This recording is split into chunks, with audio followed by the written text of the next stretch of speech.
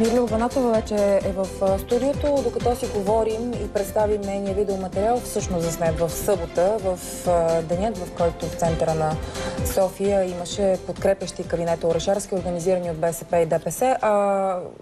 Дясно от нас всъщност виждате представлението на студентите от НАТФИЗ, този път не на Раковска, пред Народното събрание. Наживо се случва това. Ще го наблюдаваме, докато си говорим с Мирля Банатова. Полицай, мисля, че не е част от представлението.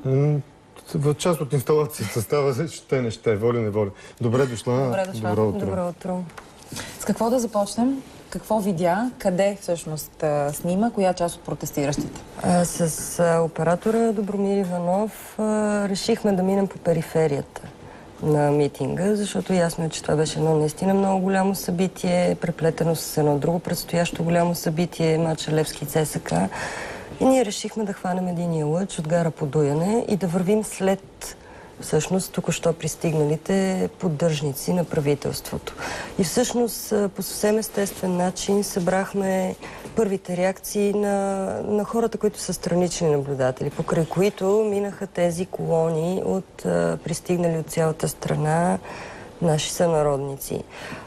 За съжаление, не с автобуси и пеш, т.е. предполагаш, че това са хората, които с влакове бяха хора, които с автобуси бяха доведени също. Имаше автобуси, които бяха спряли на Подуяне и всъщност оттам беше много удобно да се стигне до Цариградско шосе. Хората, които са от София, знаят, че от Подуяне до така наречената бивша сладкарница Феята е по права линия. Няма как човек да се обърка и всъщност това бяха едни много големи групи хора, които идваха към Цариградско шосе от горната му страна. От към Феята. От към Феята, да. Всъщност от към...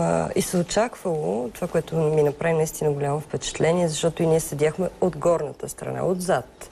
Направи ми впечатление, че бяха подготвени около 5 видеостени големи, с идеята, че множеството ще стига почти до Феята, всъщност, и за да могат хората да виждат... По протежението на Цариградско шосе е имало видеостени. От Орлов мост до Феята имаше видеостени, защото се очаквало да има множество, което да стига до тази високата точка, която е на Цариградско шосе.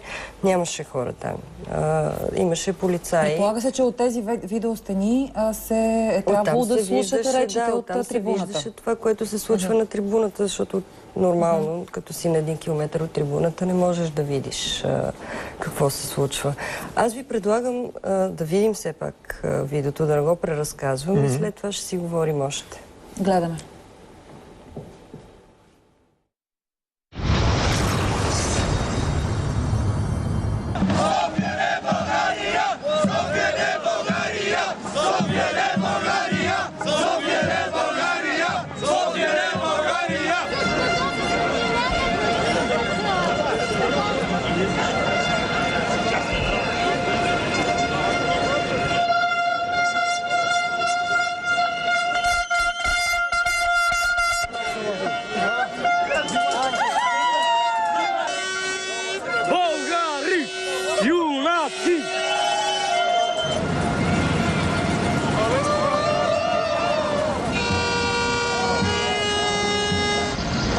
То е затворено навсякъде на човек и Цариградско шосе са блокирали си цяла София. Първо отивам на Цариградско шосе да си хвана рейс, блокиран Цариградското шосе, не ни пускат, няма транспорт.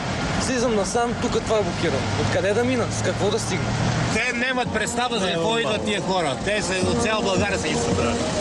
Правителството само се подкрепя. Могат да докарат народа до гражданска война. Просто съм в ужас. Какви са тези хора? Че само се карат за власт.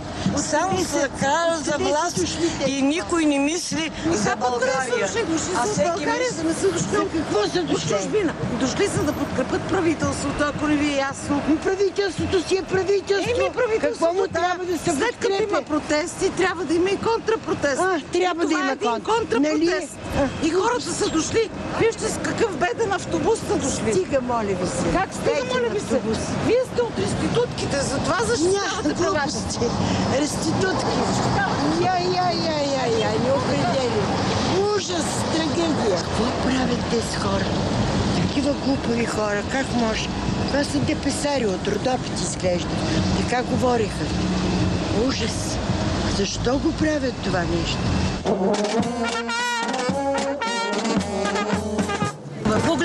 какво чудо. Ужас е, мила. Погледни ги на какво прилича. Това, което виждате в момента, това е пара. Това е пръсната пара, народна пара е. Това е голямо нещастие за всички българи. Това не мога да го понеса, казвам го честно. Не виждате това пасмина. Не ми се говори. Какво да говори? Думи няма смисъл. Ето, снимайте да видят какви хора ги карат насам. Карат ги да ги защитават правителство. Кое Голяма правителство? мъка е тази българска, тук кога ще продължи, не знам. Голяма мъка. Просто аз се задушавам, защото ти нямаш усещане за родина, за своята страна, за своя народ. Какво е това чудо? Какво? Нямам думи. Казвам, аз съм в някакъв... Не съм потресена. Аз съм в такава мъка, че не ми се говори вече. Не искам. Страшно.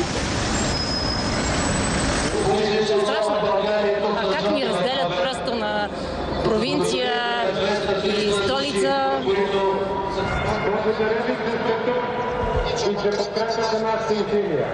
Първо, нали трябваше 50 хиляди да бъдат? Къде са 50 хиляди? Помните ли вие, ние когато в СДС-то направихме тук митинг, докъде беше? Както е гласът на истината, гласът на доброто, гласът на съзиданието, защото новият колон започва от сърцето.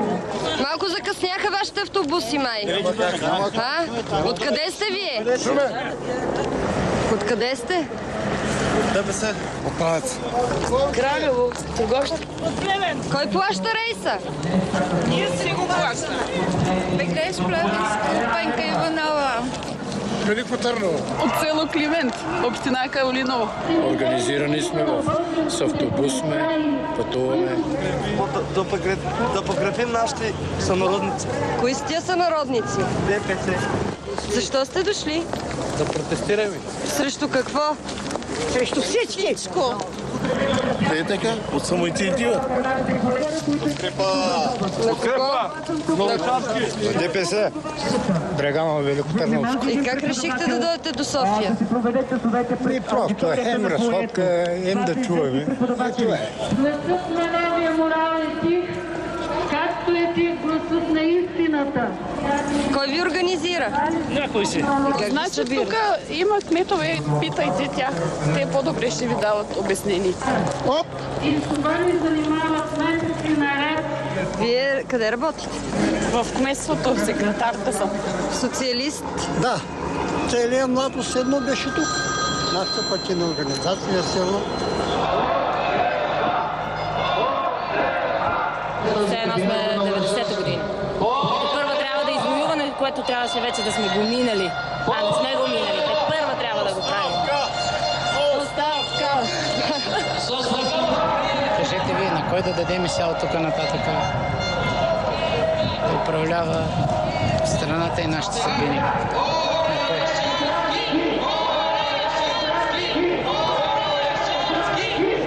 Не там. Ама и другите малко и те се поизложиха. Голо герб, пръсни гербачи! Ще продължим да бъдем толерантни и да работим за доброто бъдеще на страната си. Каквото и да ни струва това в личен план. Опитат се да правят судоми говори.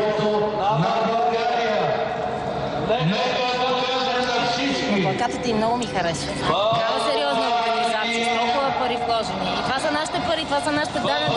Даже дори подозирам, че са паркирали супер много автобуси, само да завършат хората, че има много хора. Има една плюнка хора. Поздрави на цяла България. Аз ги вода и съм от ДПС-то. Нещо да ви интересува повече. Обещават ни работа, обещават ни, че ако остане правителството, ще може да си намерим работа и ние.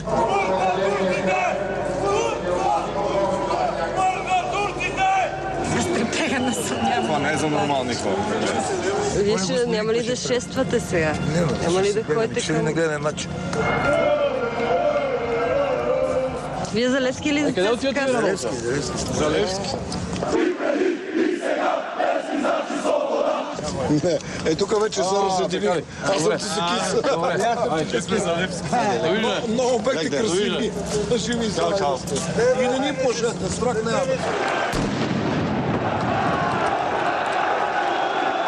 България! Само България! Съединение!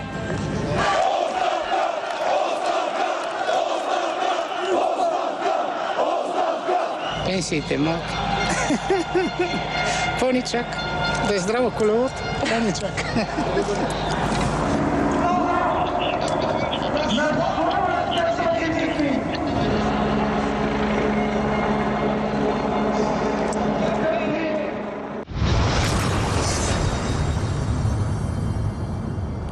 Матчът свърши 0-0, както пишеше долу вляво на последния кадър. Така изглеждаше София в събота и видяхме, че има за почистване накрая. Хубавото в цялата работа беше, че агитките се дистанцираха от това, което можеше да се случи. Защото наистина да направиш митинг, протест или там каквото и да било в центъра на София, когато Левски и ЦСКА играят, граничи с... Не мога да се сета коя е думата. И то с хора, за които самите агитки казаха в писмен вид, че срещата между този електорат и агитките на футболните отбори е рискова. Това, което наистина трябва да им се отбележи и на Левски и на ЦСКА, е, че изрично предупредиха своите привърженици да си въздържат нервите в този ден. И по-важното е, че техните привърженици, симпатизанти и приятели ги послушаха. Защото наистина можеше да станат играчка-плачка. Всъщност, в времето, в което вървеше митинга на БСП и ДПС, паралелно, знаете къде е алеята алеята, която е на... Една от алеите, всъщност, на Борисовата градина. Тя е точно успоредна на Цариградско шосе. И по Цариградско шосе върват хората от ДПС, по алеята върват ултрасите на ЦСКА. Добре, че беше паралелно, не се пресече. Не се пресече, защото никой не е решил да се пресече. И това наистина е въпрос на усилие на агитките, а не на някой друг. Разбира се, и МВР, доколкото ми беше изсипано, струпано цялото МВР, според мен в центъра на София, също така си свърши работата. Благодаря. Но тъжната всъщност реакция на страничните наблюдатели беше наистина страшното, което аз видях. Аз виждам, че хората са много разделени. Аз разплакани хора не съм виждала от сигурно 90-та година. Имаше наистина изплашени хора. Какво се случва? Натъжени. Благодаря ти. Мирлюва Венатова.